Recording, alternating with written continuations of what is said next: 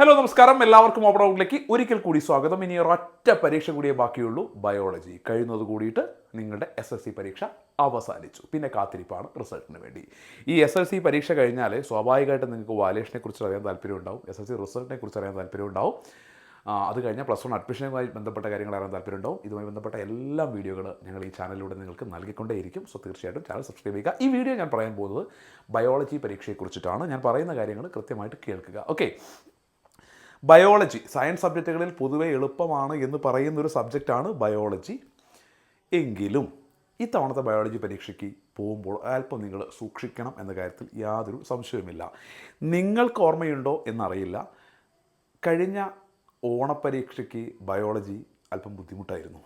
നിങ്ങളിൽ ഭൂരിഭാഗം പേർക്കും ബയോളജി അല്പം ബുദ്ധിമുട്ടായിരുന്നു. ക്രിസ്മസ് എക്സാമും നിങ്ങൾക്കല്പം ബുദ്ധിമുട്ടായിരുന്നു. കൂടുതൽ കുട്ടികൾക്ക്, എല്ലാവർക്കുമല്ല, കൂടുതൽ കുട്ടികൾക്കും ബയോളജി ഓണപ്പരീക്ഷയും ക്രിസ്മസ് എക്സാമും ബുദ്ധിമുട്ടായിരുന്നു. എന്നാൽ മോഡൽ എക്സാം ബയോളജി വലിയ പ്രശ്നമൊന്നും ഉണ്ടായിരുന്നില്ല.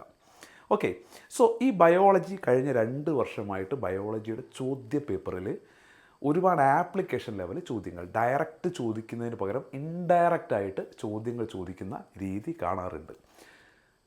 ഇത് പലപ്പോഴും കാര്യങ്ങളൊക്കെ നന്നായിട്ട് പഠിച്ച കുട്ടികളെ പോലും വട്ടം ചുറ്റിക്കുന്നത് കാണാറുണ്ട്. കാരണം അവർ പ്രീവിയസ് ഇയർ ക്വസ്റ്റ്യൻ പേപ്പറൊക്കെ വെച്ചിട്ട് അവർ പ്രതീക്ഷിക്കുന്ന അല്ലെങ്കിൽ അവർ പഠിച്ച കാര്യങ്ങൾ തന്നെയാണ് ചോദിക്കുന്നത്. പക്ഷേ അത് ഇൻഡയറക്റ്റ് ക്വസ്റ്റ്യൻസിലൂടെ, ആപ്ലിക്കേഷൻ ലെവൽ ചോദ്യങ്ങളിലൂടെ ചോദിക്കുമ്പോൾ കുട്ടികൾ ഒരുപാട് ബുദ്ധിമുട്ടെന്ന് കാണുന്നുണ്ട്.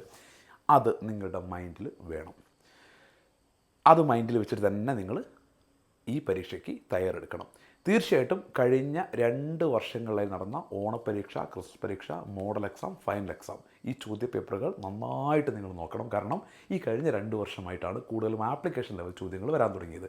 ഈ 2 വർഷത്തെ ചോദ്യ പേപ്പർ എടുത്താൽ തന്നെ നിങ്ങൾക്ക് ചോദ്യങ്ങളുടെ പാറ്റേണിലും അതിൻ്റെ സ്റ്റൈലിലും വന്ന മാറ്റത്തെക്കുറിച്ച് കൃത്യമായിട്ട് മനസ്സിലാവും. അതോടൊപ്പം നിങ്ങൾ മറ്റ് പ്രീവിയസ് ഇയർ ക്വസ്റ്റ്യൻസ് ഒക്കെ പഠിക്കാൻ നോ പ്രോബ്ലം. പക്ഷേ ഇത് പ്രത്യേകം ഓർക്കുക. ഓക്കെ, സോ ബയോളജി സൂക്ഷിക്കണമെന്ന് പറയുമ്പോൾ ചോദ്യങ്ങൾ വരുന്ന രീതികൾ മാറാനുള്ള സാധ്യത കൂടുതലാണ്.